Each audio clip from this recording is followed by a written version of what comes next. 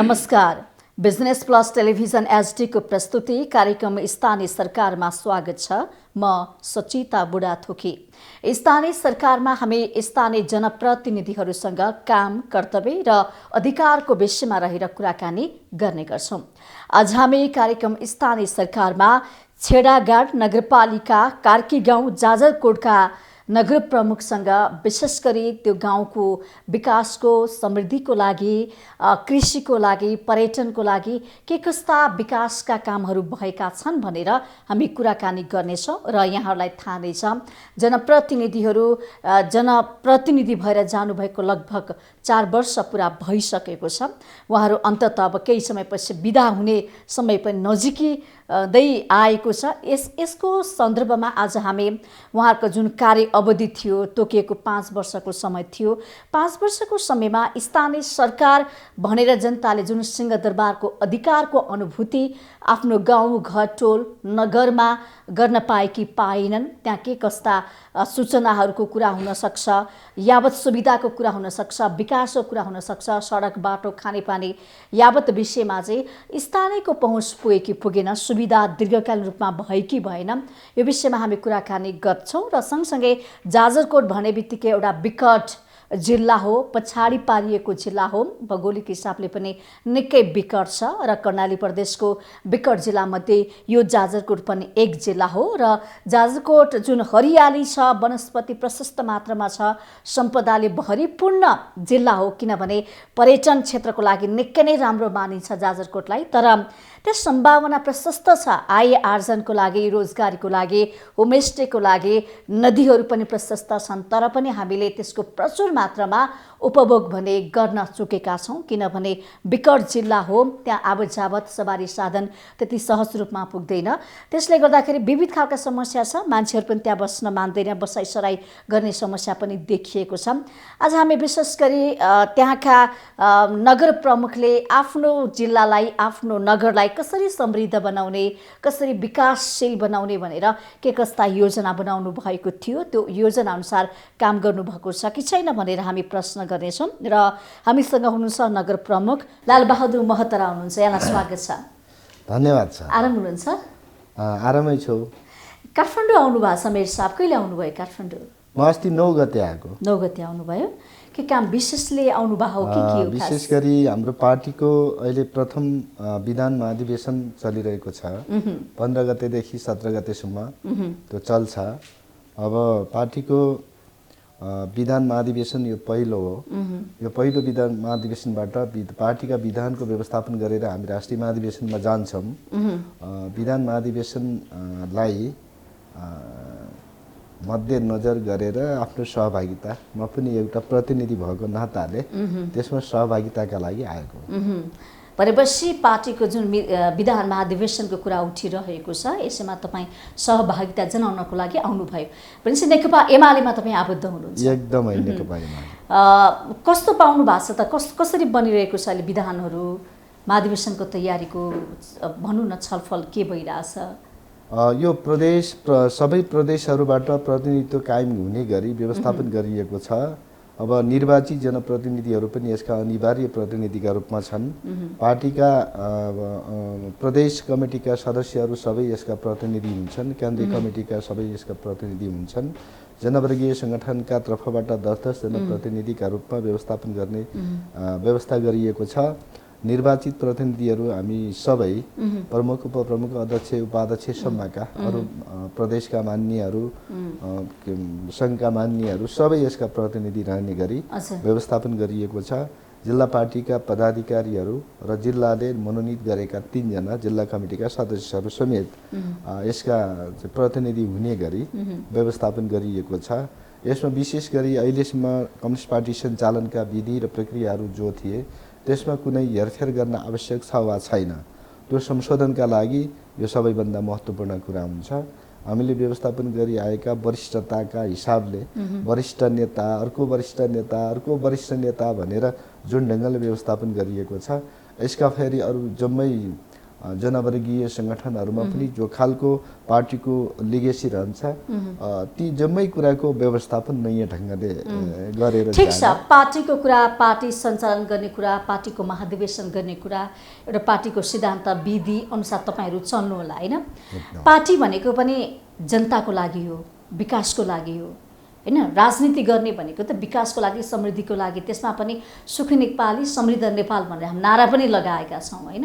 अब मैले चाहिँ विशेष गरी फोकस गर्ने भनेको वास्तवमा विकास के हो र राजनीतिले त एउटा पार्टीको एजेन्डा त विकास हुनुपर्छ नि त होइन। विकास के हो, तपाईँले विकास गर्नुभएको छ, तपाईँको पनि एउटा लामो पृष्ठभूमि छ राजनीतिमा होमिएको होइन। तपाईँले सुरुवात दिनदेखि आजको दिनसम्म चाहिँ के काम गर्नुभयो विकासको क्षेत्रमा? मेरो हिसाबमा विकास भनेको मानव जीवनका लागि अनुकूलित वातावरण निर्माण गर्नु, त्यो चाहिँ शिक्षाको क्षेत्रमा, स्वास्थ्यको क्षेत्रमा, आवागमनका क्षेत्रमा, पर्यटनका हिसाबमा, समग्र हिसाबले मान्छेको जीवन निर्वाहका पद्धतिहरूमा अलिकति कुशलता कसरी, सुगमता कसरी आउन सक्छ, त्यो अनुकूलित वातावरण कसरी निर्माण गर्न सकिन्छ, त्यो अनुकूलतालाई सपोर्ट गर्ने चिजहरू जे हुन् त्यो विकाससँग सम्बन्ध राख्छन्। अब मैले जाजरकोट जिल्लाको छेडागाड नगरपालिका यो मुलुकको सङ्घीय संरचना अथवा मुलुकको पुनर्संयोजनका कुराहरू जसरी अगाडि बढिरहेका थिए त्यस्तो एउटा विशेष परिस्थितिमा घोषणा गरिएको नगरपालिका हो। अब हामीसँग त्यति बेला नगरपालिकाका लागि चाहिने कुनै पनि पूर्वाधारहरू थिएन, न त्यहाँ बाटो, न त्यहाँ चाहिँ नि अस्पताल, न त्यहाँ ठुला ठुला कलेजहरू, न त्यहाँ बिजुली, न चाहिँ स्वास्थ्यका लागि कुनै पनि हिसाबले, न त्यहाँ उद्योग, न धन्दा, न कल कारखाना, कुनै पनि नभएको अवस्था थियो। अब त्यस्तो अवस्थामा मैले त्यसलाई विशेष परिस्थितिमा भन्ने गरेको छु। विशेष परिस्थितिमा घोषणा गरेर नगरपालिकालाई घोषणा गरेर त्यसका अरू चाहिने पूर्वाधारहरू निर्माण गर्ने प्रतिबद्धताका साथ हामी लागेको बेला थियो। अब त्यसका लागि विकास चाहिँ गर्छु भनेर हिँडेको चाहिँ कति वर्ष पुग्यो तपाईँको? मैले त म 53 सालदेखि निरन्तर सक्रिय राजनीतिक जीवनमा छु। आज 78 सालसम्म तपाईँ निरन्तर सक्रिय लागिरहनु भएको छ। एकदमै विकास चाहिँ गर्छु, जनताको सेवा गर्छु भनेर। त्यसमा पनि तपाईँले त अवसर पाउनु भएको छ, पद पाउनु भएको छ, जनप्रतिनिधि भनेर होइन। जनप्रतिनिधिको काम भनेको विकासै गर्नु हो, समृद्धि ल्याउनु हो। त्यसमा पनि तपाईँ एउटा विकट जिल्लाको जनप्रतिनिधि हुनुहुन्छ, नगर प्रमुख हुनुहुन्छ होइन। तपाईँले पछाडि परेको आफ्नो जिल्लालाई अगाडि ल्याउनको लागि, विकासमा अगाडि बढाउनको लागि चाहिँ के काम गर्नुभयो त? अहिले हामी सबैभन्दा पहिला मान्छेको बस्तीहरूमा सम्बन्ध जोड्ने कुराको प्रबन्ध अनिवार्य गर्नुपर्ने ठान्यौँ र बाटो बनाउने कुरालाई पहिलो प्राथमिकता दियौँ। सडक अहिले त्यो 13वटा वडा, हामीसँग 13वटा वडाहरू रहेको भूगोल छ। त्यो भूगोललाई सबैसँग सडकको कनेक्टिभिटी पुरा गरेका छौँ, पहिलो कुरा। अनि अब त्यसको उपयोगबाट नै मान्छेको जीवन चाहिँ समृद्ध सुखी हुँदै जाने हो, जसले चाहिँ भारी बोक्नु पर्दैन, उकालो ओह्रालो गरिरहन त्यति परेन। अब कुनै पनि हिसाबले अहिले हिजोको भन्दा अहिले सुखम परिस्थिति निर्माण भएको छ। यो एक खालको फड्को नै मारेका छु भन्ने लाग्छ हामीलाई। अब हिजो हामीसँग 6वटा हिजोका गाउँ विकास समितिहरू हुन्। ती 6वटा गाउँ विकास समितिहरू मिलेर अहिले चाहिँ एउटा नगरपालिका बनाइएको अवस्था हो। 6वटा गाउँ विकास समितिमा हाम्रा 7वटा स्वास्थ्य चौकी मात्र थिए। 13वटा वडामा विभक्त हुँदाखेरि 7वटा वडामा मात्रै ती सीमित थिए। अरू वडाहरूमा चाहिँ स्वास्थ्यका पूर्वाधारहरू केही पनि थिएन। त अहिले हामीले स्वास्थ्य क्षेत्रका सम्भावनाहरू व्यवस्थापन गरेर 9वटा थप सामुदायिक स्वास्थ्य केन्द्रहरू निर्माण गरेर त्यो स्वास्थ्य सुविधाहरूलाई प्रभावकारी ढङ्गले अगाडि बढाउने कुरा गरिरहेका छौँ। र एउटा नगर अस्पताल सञ्चालन गरेर 15 शैय्याको त्यहाँबाट पनि स्वास्थ्य सेवा दिने कुरा गरिरहेका छौँ। र अहिले डाक्टरहरू, नर्सहरू, हिजोको दिनमा चाहिँ स्वास्थ्य सेवाहरू थिएनन्, त्यहाँ थिएन, न सडक थियो, न स्वास्थ्य थियो। 4 वर्ष अगाडिको कुरा गर्दैछु, 4 वर्ष अगाडिको कुरा गर्दैछौँ। अब अहिले हामीले ती आधारहरू तयार गरेर स्वास्थ्य क्षेत्रमा पनि जनताको पहुँचलाई ग्यारेन्टी गर्ने कुरा गरेका छौँ। त्यसैले हामी यो क्षेत्रमा पनि सफल भएका छौँ। स्वास्थ्यमा अनि सडकमा पनि तपाईँले भन्नुभयो, सडकमा पनि कहीँ कतै सडक थिएन। अहिले हामीले 13वटा वडालाई सडक सञ्जालभित्र जोड्ने कुरा गरेका छौँ। यसमा पनि हामी आफ्नो घोषित उद्देश्यमा सफल भएका छौँ। त्यसपछि गएर अघि भने जस्तै हजुरले भनेको जस्तै हामीसँग झन्डै चाहिँ 54% जङ्गल छ हैन, जङ्गलले ढाकेको क्षेत्र छ। अलि 10 वर्ष अगाडि 60% थियो मुलुकको आँकडामा, अहिले चाहिँ 54% जमिन भूभाग जङ्गलले ढाकिएको छ। अब ती धेरै चुचुराहरू, पहाडका अग्ला अग्ला डाँडाहरू छन्, चुचुराहरू छन्। तिनी चुचुराहरू मध्येका विशेष गरी 4वटा क्षेत्रलाई हामीले पर्यटकीय क्षेत्र अथवा पर्यटकीय गन्तव्य स्थलका रूपमा घोषणा गरेका छौँ र अगाडि बढेका छौँ। त्यहाँ पनि पर्यटनका लागि चाहिने पूर्वाधारहरू निर्माण गरेर अगाडि बढ्ने कुरा गरेका छौँ। विशेष गरी हाम्रोतिर धार्मिक पर्यटकीय क्षेत्रका रूपमा विकास गर्न सकिन्छ र त्यसका हिसाबले केही नाम चलेका देवी देवताहरूको मन्दिरहरू निर्माण गरेर त्यहाँ आवागमनको बन्दोबस्त गरेर पर्यटनका कुरालाई व्यवस्थित गर्ने कुरा गरिरहेका छौँ। सुयाडा क्षेत्र, मालिका क्षेत्र, त्यसपछि गएर बजारको घोगी जहाँ चाहिँ 2013 देखि अगाडिका केही त्यस्ता अवशेषहरू, केही त्यस्ता निर्माणका ती पुरातात्विक चिजहरू छन्, तिनीहरूलाई नै व्यवस्थापन गरेर त्यहाँ अब यो होमस्टेको बन्दोबस्त गरेर अगाडि जाने कल्पना गऱ्यौँ। तर होमस्टे निर्माण गर्न सकिरहेका छैनौँ किनकि त्यहाँसम्म जाने बाटो नै थिएन।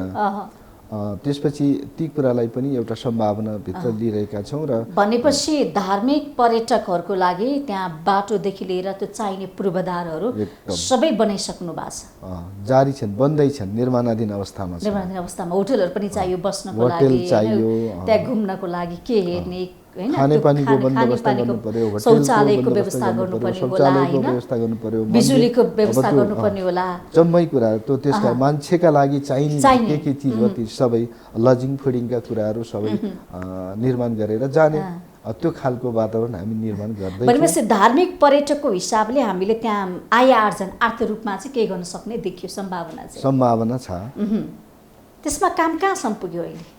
हामी सुयाडा क्षेत्र जो दैलेख र जाजरकोटको सिमाना क्षेत्र हो, सुयाडा लेक छ, त्यहाँ सुयाडा मालिका भनेर हिजो परापूर्व कालदेखि नै पूजाआजा गर्दै आएको क्षेत्र हो, जहाँ त्यो साउनको पूर्णिमाको बेला मेला लाग्ने चलन हुन्छ। त्यहाँ चाहिँ एउटा जनविश्वास छ कि मालिकाले अहिलेसम्म हाम्रो रक्षा गरेका छन् भनेर त्यहाँ चाहिँ पाठा बलि दिने चलन हुँदैन, दुधको मात्रै परिकारहरूको त्यो पूजाआजा गरेर जाने चलन छ। अब कोही मान्छे त्यो बाँझो रह्यो भने, मालिकाको दर्शन गर्यो भने, त्यहाँ गयो भने, त्यहाँ चाहिँ उसको भक्ति भाकल गर्यो भने छोरा जन्मन्छ, छोरी जन्मन्छ भन्ने जनविश्वास छ। मान्छेले चाहेको कुरा, उसले छोरा चाहे छोरा प्राप्त गर्ने, छोरी चाहे छोरी प्राप्त गर्ने भन्ने एउटा जनविश्वास र परम्परादेखि चाहिँ यस्ता खालका प्रचलनहरू चल्दै आएका छन्। त्यही अनुसार चाहिँ तपाईँहरू यसलाई विकास गर्दै लैजानु भएको छ। अनि यो सूचना कतिको पुगेको छ त त्यहाँका नागरिक, देशैभरि त प्रचार गर्नु पर्यो नि त, यो खालको धार्मिक मन्दिरहरू हामीसँग छ भने देशैभरि सूचना चाहिँ हामीले जति बेला स्थानीय तह गठन गऱ्यौँ र हामी निर्वाचित भएर जनप्रतिनिधिको भूमिकामा आयौँ, त्यति बेलादेखि निरन्तर रूपमा हामी त्यसलाई व्यवस्थापन गर्दै जान्छौँ भनेर घोषणा गर्दै हिँडेका हौँ। र विभिन्न छापाहरूमा, पत्रपत्रिकाहरूमा, विभिन्न सञ्चारका माध्यमहरूमा पनि हामीले हाम्रो आवश्यकता महसुस गरी कसैले बोलाएको खण्डमा यसका चाहिँ पर्यटकीय सम्भावनाका दृष्टिले तपाईँलाई के लाग्छ भनेर कसैले क्वेसन गरेका सन्दर्भमा त्यो हामी कहिल्यै पनि छुटाएका छैनौँ। जो निर्माण गरेका निर्माणाधीन चाहिँ संरचनाहरू छन् तिनीहरूलाई पनि सबै छापाहरूमा सम्प्रेषण गर्ने कुरालाई बाँकी राखेका छैनौँ। अधिकांश मान्छेलाई त्यो जानकारी छ, व्यवस्थापन गर्दैछ नगरपालिकाले भन्ने कुरा छ। हामी त्यो क्षेत्रमा लाग्यौँ। भनेपछि देशदेखि विदेशका धार्मिक पर्यटकहरूलाई त्यो जाजरकोटको त्यो मन्दिरमा गयो भने यो भाकल पुरा हुन्छ, मनोकांक्षा पुरा हुन्छ, यो मन्दिरमा जानुपर्छ भन्ने कुरा चाहिँ त्यो सूचना थाहा छ, त्यसो भए पुगेको छ सबैलाई जानकारी छ। देशी विदेशी विदेशीहरूलाई त जानकारी छ कि छैन त्यो मलाई थाहा छैन अहिले, तर हाम्रो लोकालिटीमा त्यो छिमेकी गाउँपालिकाहरू छन्, छिमेकी समुदायहरू स्थानीय छन्। स्तरमा मात्र भए त भएन, देशैभरि हैन, त्यो त अब पशुपतिनाथमा गयो भने सबै कुरा हुन्छ भने जस्तै त्यति साह्रो धेरै पुरानो पनि मानिँदैन। एकातिर अब त्यो क्षेत्रको सम्भावनालाई अहिलेसम्म ओझेलमा पारिएको हुनाले त्यसलाई सबैको चासोको विषय अहिलेसम्म बनिसकेको अवस्था त होइन। अब सबैको चासो केन्द्रित गर्नुपर्ने बेला हामीसँग छ, त्यसलाई त्यही ढङ्गले निर्माण गर्छौँ र कालान्तरमा त्यो क्षेत्र पनि एक ढङ्गले धार्मिक हिसाबले विश्वासका हिसाबले नामी हुन्छ, प्रख्यात हुन्छ भन्ने विश्वास हामीसँग छ। त्यसबाट थुप्रै रोजगारका आर्थिक अवसरहरू सृजना पनि हुन्छन्। जस्तै स्वर्गद्वारीको कुरा गर्छौँ, स्वर्गद्वारीमा पनि कुनै त्यस्तो छुट्टै खालको विशेषता भएको क्षेत्र छैन। त्यो एउटा एक खालको विश्वास र मान्छेले निर्माण गरेका वस्तुहरूबाट नै स्वर्गद्वारी आज स्वर्गद्वारीका रूपमा स्थापित भएको छ। त्यहाँ विशेष गरी अब ज्योतिषशास्त्रका हिसाबले चाहिने अनि हाम्रो ब्रह्म कर्मकाण्डहरूसँग सम्बन्धित ज्ञानहरू सम्प्रेषण गर्ने, त्यो पढाउने लेखाउने त्यो खालको वातावरण सिर्जना गरेका छ। त्यसले स्वर्गद्वारीलाई विशेष स्वर्गद्वारीका रूपमा निर्माण गरेका छ। त्यही ढङ्गले त्यो क्षेत्रलाई पनि व्यवस्थापन गर्न सकियो भने स्वर्गद्वारी भन्दा पनि अझ उत्कृष्ट स्थानका रूपमा त्यो निर्माण हुन सक्छ। त्यसबाट हामीले धेरै कुराहरू चाहिँ लिन सक्छौँ। त्यसो भए धार्मिक पर्यटकको हिसाबले हो धेरै कुरा लिन सकिन्छ। हरियो वन नेपालको धन भनिन्छ, वनस्पति प्रशस्त भएको जिल्लाको रूपमा पनि जाजरकोटलाई लिइन्छ। त्यसमा पनि यो छेडा गाउँ गाड भन्ने बित्तिकै एउटा मन्दिरको नामबाट राखिएको हो नि, होइन? नदीको नामबाट। यसको विशेषताको बारेमा बताइदिनुहोस् न। छेडागाड यो भेरी नदीमा मिसिने एउटा त्यहाँभित्रको सबैभन्दा ठुलो खोला हो छेडागाड। त्यहाँ चाहिँ भेरी नदीमा मिसिँदाखेरि एउटा सानो पहाड छ, त्यो हाम्रो क्षेत्रबाट बग्ने त्यो छेडा खोला भन्छौँ। त्यो छेडा खोलाले त्यो पहाडलाई नै छेडेर पाल पारेर आफ्नो चाहिने प्रवाहलाई व्यवस्थित गरे हो। त्यसैले त्यसको नाम छेडागाड राखियो होइन। त्यस्तो पहाडै छेडेर गएको हुनाले त्यसको नाम छेडागाड भनेर चिनिन थाल्यो। अब अहिले तपाईँले सुन्नु मात्रै भएको छ, कहिलेकाहीँ यदि त्यो क्षेत्रमा तपाईँलाई जाने अवसर पाइएछ भने सबैभन्दा पहिला त्यो छेडा हेरेर नै भित्र पस्नुहुन्छ। त्यति राम्रो छ। यो विषयमा त प्रचार खोइ भएको त छेडागाड नदीको विषयमा। यसबाट पनि हामीले त धेरै पर्यटकहरू आकर्षित गर्न सक्छौँ। अनि त्यो त कर्णाली प्रदेश हो।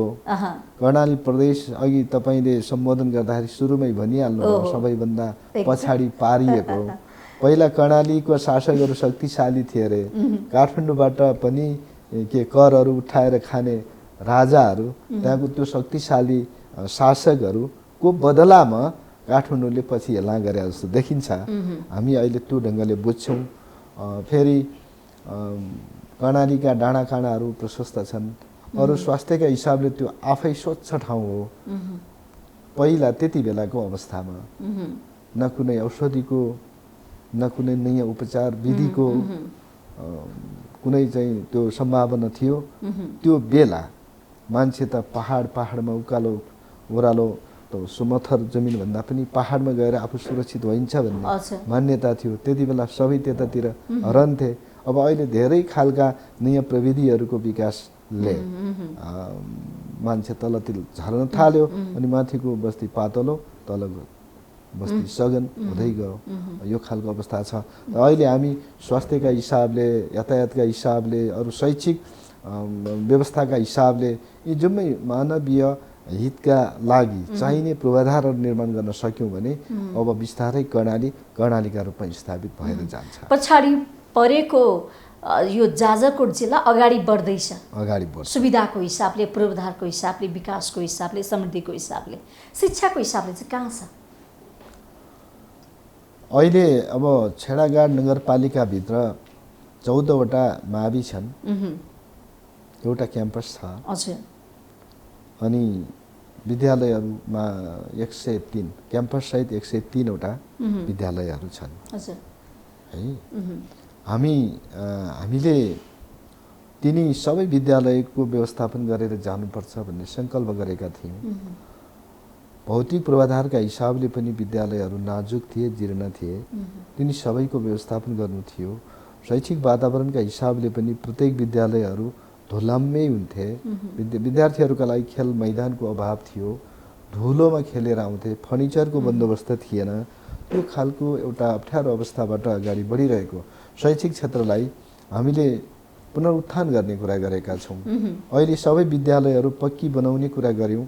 ब्लकहरूलाई पनि हामी पक्की विद्यालयमा डाइभर्ट गर्ने कुरा गऱ्यौँ। पक्की भवनहरू निर्माण गर्ने, धुलो रहित चाहिने वातावरण बनाउने, खेल मैदान सहितका विद्यालयहरू बनाउने, सुरक्षित विद्यालय बनाउनका लागि कम्पाउन्डहरूको निर्माण गर्ने, यी सबै कुराको बन्दोबस्त गरेर हामी अगाडि बढिरहेका छौँ।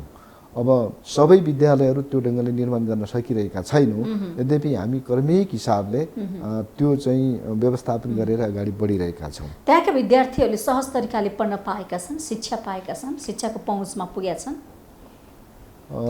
अब विद्यालय नजाने बालबालिकाहरू कोही छैन अहिले। सबै बालबालिकाहरू विद्यालयको हातभित्रै छन्, विद्यालयको पहुँचमा छन्। हामी प्रत्येक टोलहरूमा समेत अहिले बाल विकास केन्द्रहरू निर्माण गरेर बालबालिकाहरूका लागि विद्यालय जाने स्थिति बनाउनका लागि कोसिस गरिरहेका छौँ। अहिले हामी 68वटा बाल विकास केन्द्रहरू सङ्घीय सरकारले स्वीकृत गरेको हो। त्यसपछि अहिले सबै 116 बाल विकास केन्द्रहरू 16-17वटा बाल विकास केन्द्रहरू निर्माण गरेर हामी अगाडि बढिरहेका छौँ। त्यसैले तिनीहरूको बन्दोबस्ती गरेर उनीहरूलाई त्यो बाल विकास केन्द्रका भवनहरू निर्माण गरेर उनीहरूका लागि आवश्यक पूर्वाधारहरू खेल्ने, बजाउने यी सबै सामग्रीको बन्दोबस्त गरेर अगाडि बढ्ने कुरा गरिरहेका छौँ। अहिले विद्यालय कोरोनाको कारणले कतिपय ठाउँमा बन्द छन्, कतिपय ठाउँमा खुलेका पनि छन्। चाडबाड पनि लाग्यो होइन? के छ तपाईँहरूको जाजरकोटमा विद्यालय खुलेका छन् कि छैनन्, के छ? हामी विद्यालय अब यो कोरोनाले केही प्रभावित पार्यो। शैक्षिक वातावरण सबैभन्दा बढी ह्याम्पर शैक्षिक वातावरणमा पर्यो। हामी एकदमै चाहिँ दुखी छौँ यो विषयमा। त विद्यार्थीहरू विद्यालय जानका लागि लालायित छन्, शिक्षकहरू विद्यालय सञ्चालन गर्नका लागि लालायित छन्। हामीले यो सबै परिस्थितिलाई हेरेर विद्यालय खोल्नुपर्छ भनेर बिचमा खोलेका थियौँ। र बिचमा फेरि के भयो भन्दाखेरि केही शिक्षकहरू बिरामी भएको अवस्था सिर्जना भयो, विद्यार्थीहरू पनि केही बिरामी भएको अवस्था सिर्जना भयो।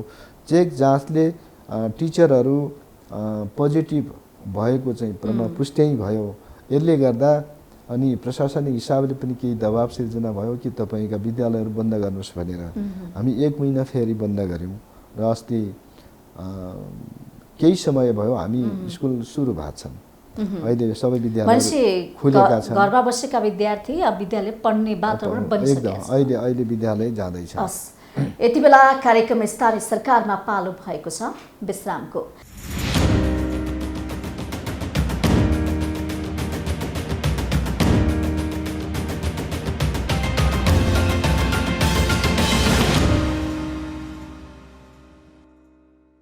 विश्रामपछि फेरि पनि कार्यक्रम स्थानीय सरकारमा स्वागत गर्दछु। आज हामी जाजरकोटको छेडागाड नगरपालिकाका नगर प्रमुखसँग कुराकानी गरिरहेका छौँ। उहाँ हुनुहुन्छ लालबहादुर महतारा। उहाँ जनप्रतिनिधि भएर आउनुभएको 4 वर्ष पुगिसकेको छ। 4 वर्षको अन्तरालमा के कस्ता प्रगति भए, विकास भए, सुख सुविधा पाए त्यहाँका नागरिकले भनेर उहाँसँग कुराकानी गरिरहेका छौँ। यहाँलाई फेरि पनि स्वागत छ। धन्यवाद। अब चाडबाड नजिकिँदैछ।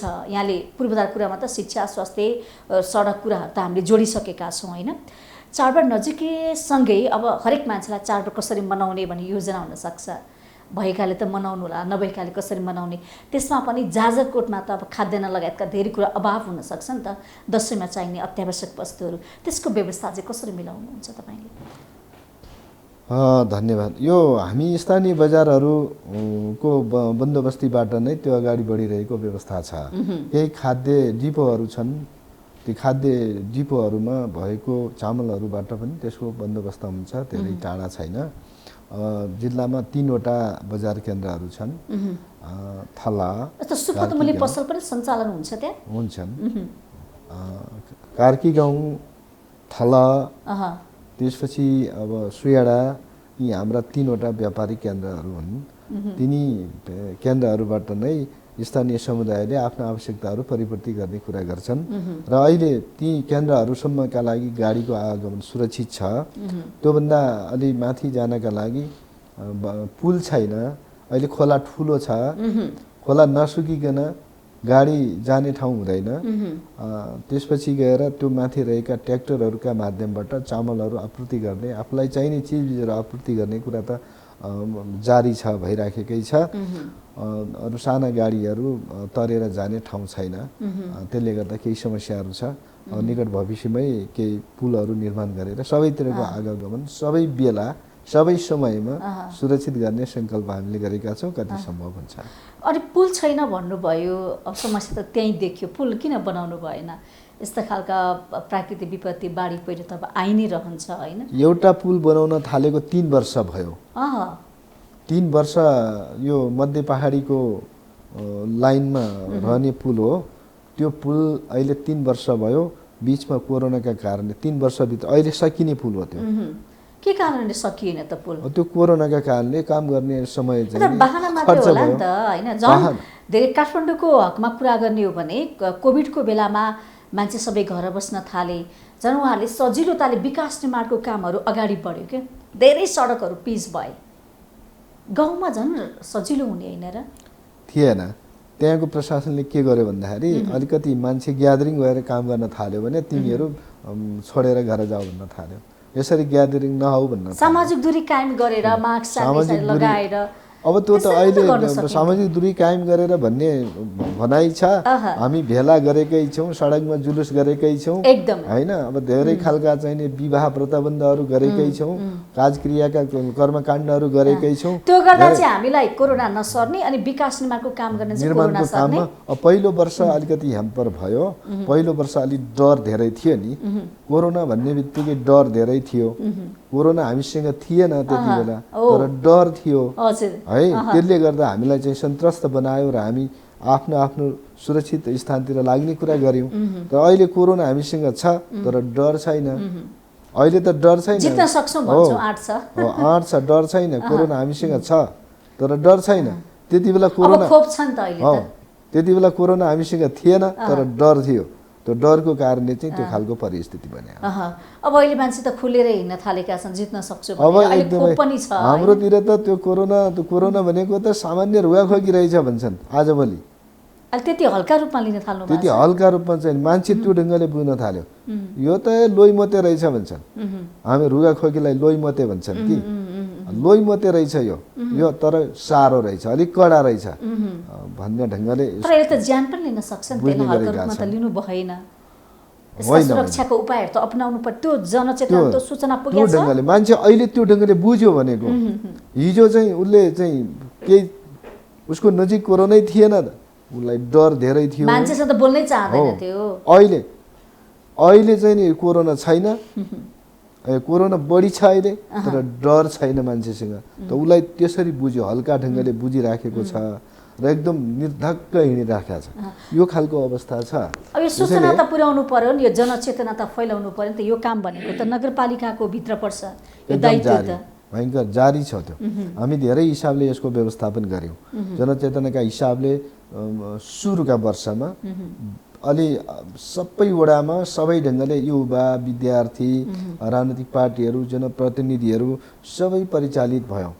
यो वडामा, टोलमा, प्रत्येक समुदायमा ती खालका चाहिँ प्रचारात्मक कुराहरू गर्ने, हामी चाहिँ अलिकति सुरक्षित हुनका लागि के कुराहरू अपनाउनु पर्छ भन्ने। त्यसपछि सबैलाई तातो पानी मात्रै खानका लागि, बेसार पानी मात्रै खानका लागि हामीसँग त बेसार, टिमुर, गुर्जो है, अदुवा यस्ता सबै चिजहरू पकाएर पानी खानका लागि एकदमै यी जम्मै कुराको बन्दोबस्त गरेर मान्छेलाई सुरक्षित हुनका लागि चाहिँ आग्रह गर्यौँ सुरुका वर्षहरूमा। त हाम्रा चाहिँ नि छिमेकी मुलुकतिर गएर चाहिँ नि पैसा कमाउनका लागि गएका मान्छेहरू त्यति बेला ती आतंकित भएर त्यो समुदायमा हलचल पैदा भयो कि इन्डियामा गएर काम गरिरहेका मान्छेहरू पनि फर्कनुपर्ने स्थिति आयो। उनीहरूलाई नेपालगञ्जदेखि अनि उता त्यो कञ्चनपुरदेखि त्यो ओसार्नु पर्ने परिस्थिति। त्यहाँदेखि गाडीले त्यो छेडागाडमा लिएर फालिदिने अनि उनीहरूलाई चेक जाँच नगरिकन घर पस्न नदिने परिस्थिति बन्यो। अनि हामीले 7-8 वटा विद्यालयहरूलाई क्वारेन्टाइनका रूपमा व्यवस्थापन गर्यौँ है।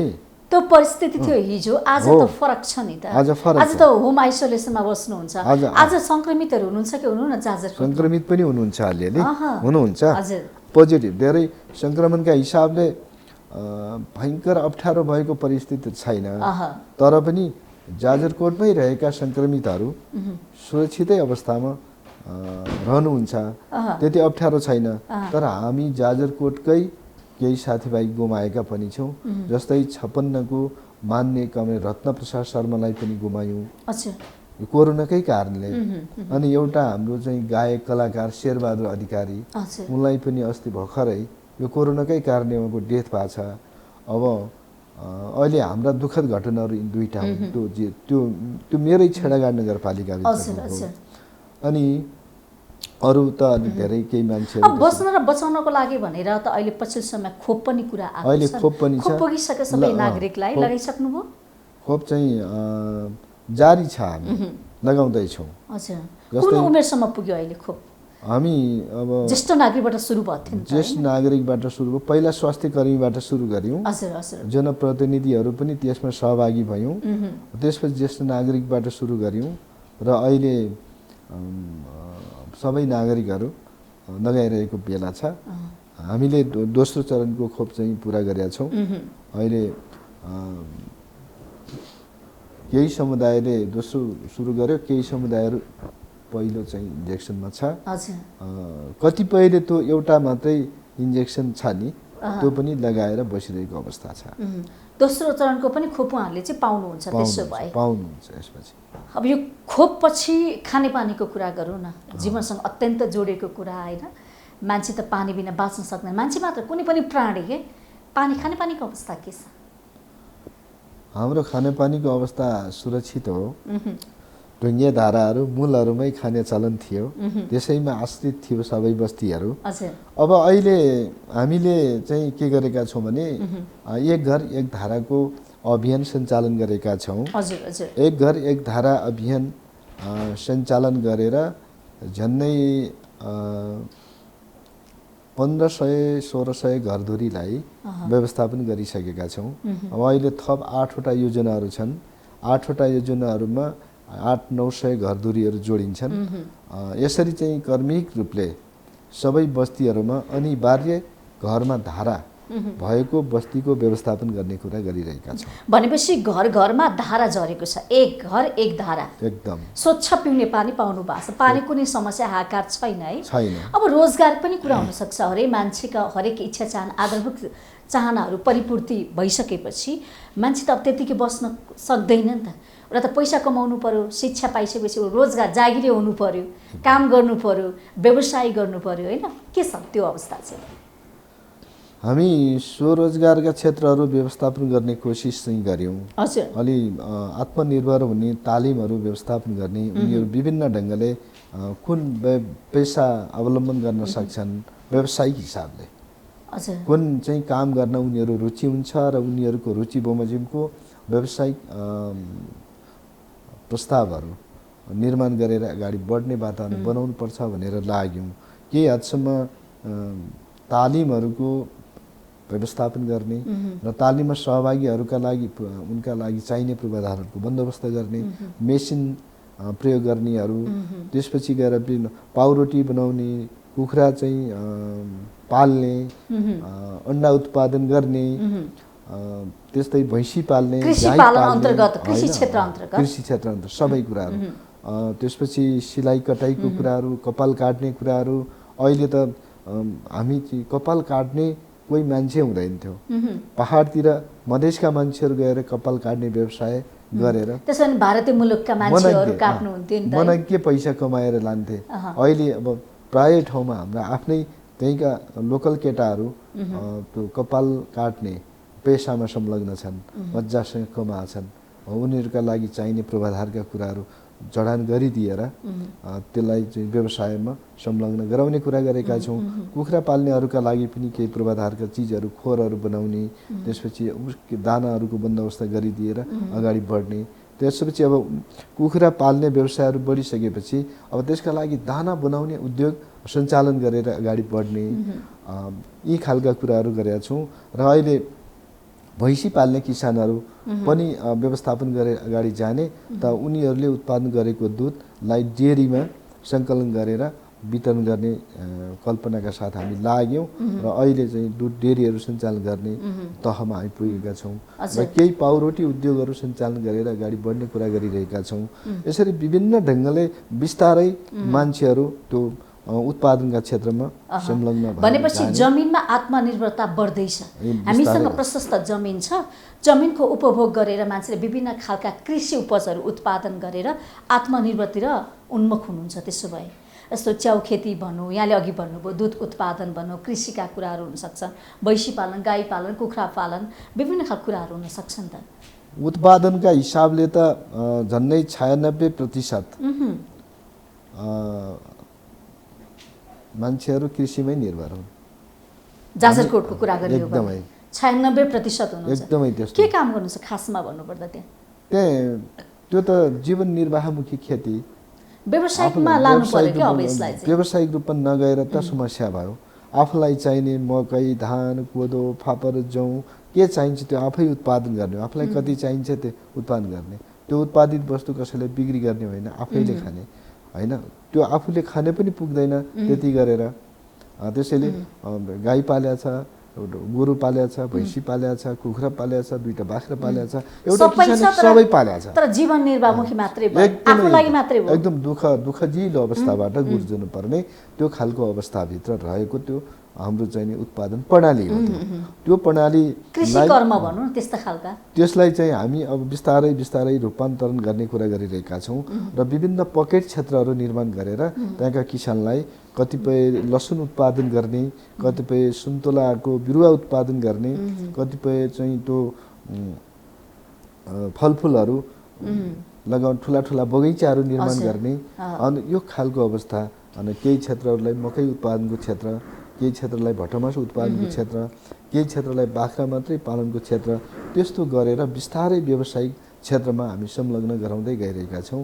र यसको 5-10 वर्षपछि त्यो वास्तवमा एउटा सफल व्यवसायका रूपमा स्थापित गर्ने गरी हामी लागिरहेको बेला हो यो अहिले। त्यसैले अब कृषि क्षेत्रका कृषिलाई तोडमोड गरेर अलिकति नयाँ ढङ्गले त्यसमा व्यवसायीकरण, आय आर्जनको रूपमा चाहिँ कृषिलाई कसरी बनाउन सकिन्छ। ठ्याक्कै एकदमै त्यो हिसाबले हामी जाने र बिस्तारै। त्यसलाई त प्रविधि चाहियो, कृषि आधुनिकीकरण गर्नको लागि त हामीसँग त्यसका लागि सिप चाहियो हैन, बिस्तारै अनुदान चाहियो। केही प्रविधिहरू पनि हस्तान्तरण गर्ने कुरा गरिरहेका छौँ। केवल चाहिँ नि त्यो पौराणिक हलोले गोरुबाट जोतेर, गोरुका माध्यमबाट सहायताले त्यो पुरानो त्यही काठे हलोले जोतेर मात्रै सबै थोक पुरा हुन सक्दैन। त्यसैले महिलाहरूलाई पनि त्यो व्यवसायमा आत्मनिर्भर बनाउनका लागि त्यो महिला मैत्री ट्र्याक्टरहरू वितरण गरेर, हाते ट्र्याक्टरहरू वितरण गरेर त्यसलाई त्यसको प्रयोगबाट उनीहरूको उत्पादनमा सहजता ल्याउने त्यो खालको व्यवस्था पनि गरिरहेका छौँ। युवा रोजगारको कार्यक्रम पनि छ, प्रधानमन्त्री अब मेयरसँग जोडिएका कार्यक्रम पनि थुप्रै छन् नि, तपाईले त्यस्तो के ल्याउनु भएको छ? छन्। हामीले विशेष गरी किसानसँग मेयर भन्ने कार्यक्रमहरू सुरु गरेर किसानहरूलाई चाहिँ बाख्रा पालन, कुखुरा पालन, माछा पालन यस्ता खालका कुराहरूलाई व्यवस्थित गरेर लैजाने ठाउँमा सहयोग गर्ने गरी ती कार्यक्रमहरू सुरु गरेका हौँ। कतिको लाभान्वित छन् त्यहाँका किसानहरू? अहिले हुँदै नभएका कार्यक्रममा सहभागिता जनाएका छन्, कतिपय ठाउँमा चाहिँ मानेनन्, कस्तो खालको कार्यक्रम हो, आह्वान गर्दा आएनन् भन्ने नमानेको छैन। आज फेरि सबै किसानहरू कुखुरा पालौँ भन्छन् होइन, त्यो खालको अवस्था। प्रत्येक ठाउँमा कुखुरा फार्महरू बनाएर जाने कुरा गरिरहेका छन्। प्रत्येक किसानहरूले प्रत्येकले चाहिँ त्यो बिरुवाहरू उत्पादन गर्छु भनेर लागिरहेका छन्। अब सबैलाई चाहिँ त्यो सम्भावना छैन। हाम्रा लागि कति चाहिन्छ त्यतिसम्मको बन्दोबस्त गर्ने कुरा गरेका छौँ। र विशेष गरी अहिले टिमुरको उत्पादन नगर्ने टिमुरको अहिले अचार हेर्नुहोस् त हो। कति महँगो छ। प्रत्येक 5-7वटा नर्सरीहरू छन्। आहा। एउटा नर्सरीमा 35,000 देखि 40-50,000 त्यो बिरुवा उत्पादन गर्छन्। ती टिमुरका बिरुवाहरू पनि त्यतै खपत गर्ने कुरा गरिरहेका छौँ। र टिमुरको एउटा चाहिँ हब बनाउने है त्यो खालको कल्पनाका साथ गइरहेका छौँ। र एउटा किसानले 300 देखि 500सम्म 900 देखि 1000सम्म टिमुरको बिरुवाहरू लगाइरहेको बेला छ अहिले। त्यसरी चाहिँ जाजरकोटको सबै भूभागमा चाहिँ टिमुर उत्पादन हुन्छ। अनि त्यो टिमुर मात्रैको खेती गरेर अगाडि बढ्यो भने किसान कहिल्यै भोगो रहँदैन। किसानका लागि धेरै ठुलो समस्या पनि हुन्छ। रोजगार स्वरोजगार हैन आय आर्जन हो कहीँ जानु परेन। एकदम त्यो खालका सम्भावना देखियो हैन। बिजुलीको अवस्था के छ? बिजुली पुगेछ? उज्यालो बस्न पाएका छन् नागरिक? सुरुमा मैले भने नि त्यहाँ केही पनि थिएन। हामी 4वटा लघु जलविद्युत आयोजनाहरू थिए। 4वटाले 4वटा बस्तीहरूमा मात्रै उज्यालो दिन्थ्यो। अनि हामी बिचमा के गर्यौँ भन्दाखेरि अब 2 वर्षभित्रै केन्द्रीय प्रसारण लाइन त्यहाँ पुग्ने आधार भएको हुनाले साना जलविद्युत आयोजना बनाउने कुरा नगरौँ, किनकि त्यो खर्च हुन आवश्यक हुन्छ। भोलि त्यो केन्द्रीय प्रसारण लाइनले त्यसलाई विस्थापित गर्छ। त्यो विस्थापित गर्यो भने हाम्रो खर्चको कुनै अर्थ हुँदैन। कि त विद्युत प्राधिकरणले त्यो खरिद गरिदियो भने राम्रो हुन्थ्यो भन्ने हिसाबले हामी लाग्यौँ। र हामी फेरि थप एउटा आयोजना चाहिँ निर्माण गऱ्यौँ। त्यसले पनि 2-3वटा बस्तीहरूमा उज्यालो दिने कुरा गरेका छ। र अहिले बिजुलीका हकमा केन्द्रीय प्रसारण लाइन 2टा वडामा बाल्न सफल भएका छौँ। 12 नम्बर र 13 नम्बरमा। अहिले यो लगतै दसैँसम्म वडा नम्बर 5मा पनि बाल्ने योजना बनाएका हौँ। र कति सक्छौँ सक्दैनौँ त्यो भोलि थाहा होला। अहिले भनेपछि अँध्यारोमा चाहिँ विद्यार्थीले पढ्न नपाउने त्यस्ता खालका असुविधाहरू मेन त उज्यालो नगरको कुरा हो नि त। उज्यालो भयो भने सीसी क्यामेराहरू भयो भने मान्छेलाई सुरक्षाको सुशासनको प्रत्याभूति हुन सक्छ नि त। अब त्यो त अलि टाढाको कुरा होला। सीसी क्यामेरा समेत जोडेर चाहिँ व्यवस्थापन गर्ने कुरा हाम्रा लागि अलि टाढा छ। जाजरकोटको लागि है हाम्रो लागि सोच्न त सकिन्छ नि त। सपना त सोच्न सकिन्छ, सपना छ। हामी अब यसको 10 वर्षभित्रै हामी सबै ठाउँमा विद्युत बाल्छौँ। किनकि अब अहिले त्यो छेडागाड नगरपालिकाको वडा नम्बर 5मै सब स्टेसन बन्दैछ। त्यो टेन्डर सेन्डरको प्रक्रियामा छ। त्यो सब स्टेसन भयो भने त्योबाट हामी सबै ठाउँमा विद्युत चाहिँ वितरण गर्छौँ र सबै ठाउँमा उज्यालो दिन्छौँ। अब अहिले हामी सोलर सिस्टमबाट हाम्रा आफ्ना चाहिँ उज्यालो परिपूर्ति गर्ने काम गरिरहेका छौँ। सबै घर सबै परिवारहरूमा सोलर बिनाका घर त छैनन्। अहिले अधिकांश समुदायमा सोलरकै माध्यमबाट उज्यालोको पूर्ति गरिन्छ। त्यो ढङ्गले चाहिँ त्यहाँको समुदाय लागेको छ। उद्योग धन्दा कल कारखानाहरूको अवस्था के छ? एकदमै नाजुक। उद्योग धन्दा कल कारखाना भन्ने कुरा छेडागाड नगरपालिकामा मात्र होइन, जाजरकोट जिल्लाभरि कतै छैन। भर्खरै कारण चाहिँ के हो? किन तपाईँहरूले खोल्न नसक्नु भयो कि लगानीको हिसाबले हो कि? बाटो त भर्खर पुग्दैछ। प्रविधि जान त बाटो चाहिन्छ नि पहिला। बाटोको सुविधा बल्ल त्यहाँको जनता जाँदैछ। विद्युत बल्ल जाँदैछ। विद्युत बिना, बाटो बिना न प्रविधि जान्छ न सिप जान्छ न चाहिने त्यो केही उत्पादनका क्षेत्रहरू व्यवस्थित हुन्छन्, केही पनि हुन्न। त्यसैले पहिला त्यसका भौतिक पूर्वाधारहरू तयार गर्न सक्यो भने भोलिको जीवन त्यतातिर जोडिन्छ, अथवा त्यो उद्योगतिर कल कारखानातिर जोडिन्छ। त्यसपछि अब हाम्रो लागि चाहिने बजार कहाँ? मेन त बजारको समस्या हुनसक्छ। उत्पादित वस्तुलाई कहाँ लगेर बेच्ने, त्यो के छ त्यसको व्यवस्था चाहिँ? त्यो त अब त्यो छिमेकी जिल्लाहरू, त्यो जुम्ला पुर्याउनु पर्यो, दैलेख पुर्याउनु पर्यो, सुर्खेत पुर्याउनु पर्यो, सल्यान पुर्याउनु पर्यो, रुकुम पुर्याउनु पर्यो। त्योभन्दा चाहिँ अरू क्षेत्रमा समेत पठाउन सकिने कुरा भयो भने त्यो कर्मिक रूपले अगाडि बढ्ला। हामीसँग अरू उद्योग धन्दा कल कारखानाको सम्भावना भन्दा पनि विशेष गरी कृषि उत्पादनहरू व्यवस्थापन गर्न सक्यो भने त्यो चाहिँ सान्दर्भिक हुन्छ। कृषिमै हामीले नगरलाई उकास्न सक्ने रहेछौँ एकदम हैन? समृद्धिको दिशातिर लानको लागि कृषि नै एउटा उपाय जस्तो देखियो जाजरकोट जिल्लाको लागि। अनि कृषि सम्बन्धी सूचना बुझाइ सिप सबै कुरा छ त त्यसो भए? सबै कुरा भइदिएको भए त सबै हिसाबले चाहिँ सम्पन्न भइहाल्थ्यो नि। होइन, विकास त निरन्तर चलिरहने कुरा हो। हिजोको विकास र आजको विकासमा केही अब फरक बजार भयो होला नि त? हाम्रोतिरको बजारले के खोज्छ? बजारले खोजेको बेला बिरुवा लिएर रोप्ने चलन छ। जब अहिले जाजरकोटमा टिमुर मात्रै प्रति केजी 1000 का दरले बिक्री गरे 2 वर्ष अगाडि। जति बेला केजीको 1000 रुपियाँ प्राप्त गर्न सक्यो किसानले, अनि जङ्गलतिर भएका जम्मै बिरुवाहरू खेलेर आफ्नो बारीमा ल्याएर लगायो। अब जब बजारको भाउ घट्यो, 400 रुपियाँ प्रति केजी हुन थाल्यो, अनि किसानले चाहिँ भएको बिरुवा पनि काट्यो। एउटा निरन्तरता रहेन कि। त्यसैले अब हाम्रो सम्भावना भनेको टिमुर हदैसम्मको, ओखरहरू हदैसम्मको, अब त्यसको वनस्पति वन जङ्गल भएको ठाउँ भएर एकदमै लेक छ नि।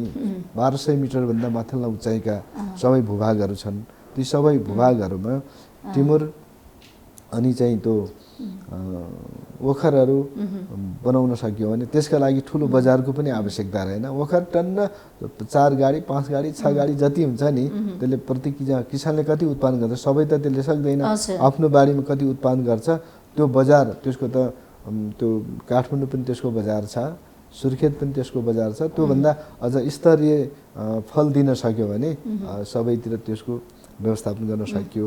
टिमुरको कुरा, त्यो टिमुरहरू त औषधिजन्य जडीबुटी भयो। एकदमै औषधि रूपमा पनि हामीले प्रयोग गर्न सक्छौँ। भाउ कहिले त्यसको अलि हाई होला, कहिले लो होला, तर बजार त्यसको अहिले मर्दैन, अभाव हुँदैन। त्यो मसला पनि हो, हामी आफैले पनि प्रयोग गर्छौँ। अहिले कोरोनाको बेला टिमुर सबैभन्दा उत्तम जडीबुटीका रूपमा। वन जङ्गल कतिको संरक्षण छ त्यहाँनिर? वन जङ्गल संरक्षणका हिसाबले अहिले बिस्तारै घट्दो क्रममा छ।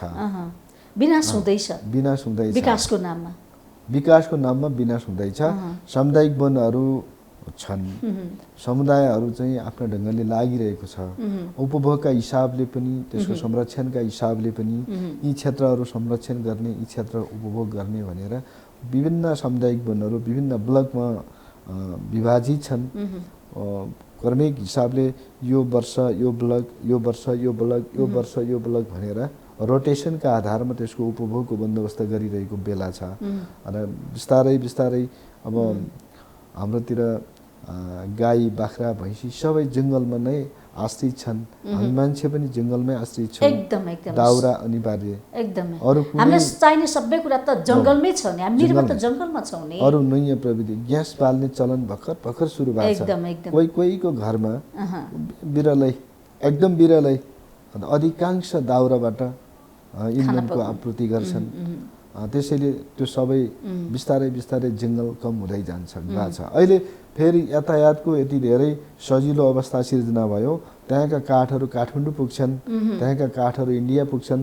ती सल्लीहरू चाहिँ सामुदायिक वनहरूले व्यवस्थापन गरेर सल्ली पनि बिक्री गरेर अगाडि बढिरहेको बेला छ। बरु नयाँ बिरुवाहरू लगाउने, पुरानाको उपभोग गरेर अगाडि बढ्ने, त्यो खालको कुराको बन्दोबस्तबाट अगाडि जाने कुरा गरिरहेको छ। त्यसैले यसो हेर्दाखेरि घट्दो क्रममा देखिन्छ, किनकि टन्न सल्लीहरू चाहिँ वितरण भइरहेको बेला छ, उत्तिसहरू वितरण भइरहेको बेला छ, सिमलहरू वितरण भइरहेको बेला छ, खैरहरू वितरण भइरहेको बेला छ। त्यसले त्यो केही घट्दो क्रममा देखिन्छ। अनि जनसङ्ख्याको चाप पनि बिस्तारै वृद्धि भइरहेको बेला छ। अलिअलि केही खेतीयोग्य जमिनहरू जता देखिन्छन् त्यहाँ चाहिँ खोरिया खनेर उपभोग गर्ने चलन बढिरहेको छ।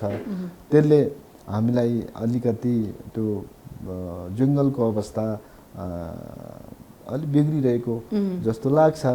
यद्यपि नयाँ ढङ्गले निर्माण गर्ने कुरा पनि सँगसँगै गइरहेका छन्। हामीले रोपिरहेका छौँ, बिरुवाहरू उत्पादन गरिरहेका छौँ, पुराना बिरुवाबाट उपभोग गर्ने, त्यसबाट केही भोग चलन गर्ने त गर्नु चलिरहेका छन्। समयको लागि यहाँलाई धेरै धेरै धन्यवाद। ल, धन्यवाद छ। मलाई पनि यहाँ बोलाएर चाहिँ हाम्रा त्यो क्षेत्रका विषयहरूलाई सार्वजनिक गर्ने, सम्प्रेषण गर्ने जो खालको मौका दिनुभयो, यसका लागि तपाईँलाई पनि धेरै धेरै धन्यवाद छ। आज हामीले कार्यक्रम स्थानीय सरकारमा कर्णाली प्रदेश जाजरकोट जिल्लाको छेडागाड नगरपालिकाका नगर प्रमुख लालबहादुर महतराज्यूलाई निम्ताएका थियौँ। उहाँसँग जाजरकोट जिल्लाको समग्र अवस्था के कस्तो रहेको छ, 4 वर्ष पहिलाको जाजरकोट र 4 वर्षपछिको जाजरकोटमा के कस्ता विकासका लहरहरू आए, समृद्धिहरू कतिको भित्रिए र सँगसँगै त्यहाँका नागरिकले सुख सुविधाको अनुभव गर्न पाए कि पाएनन् भनेर उहाँसँग हामीले प्रश्न गरेका थियौँ। कार्यक्रम स्थानीय सरकारबाट म पनि बिदा हुन्छु। बिजनेस प्लस टेलिभिजन एचडी हेर्दै गर्नुहोला। नमस्ते।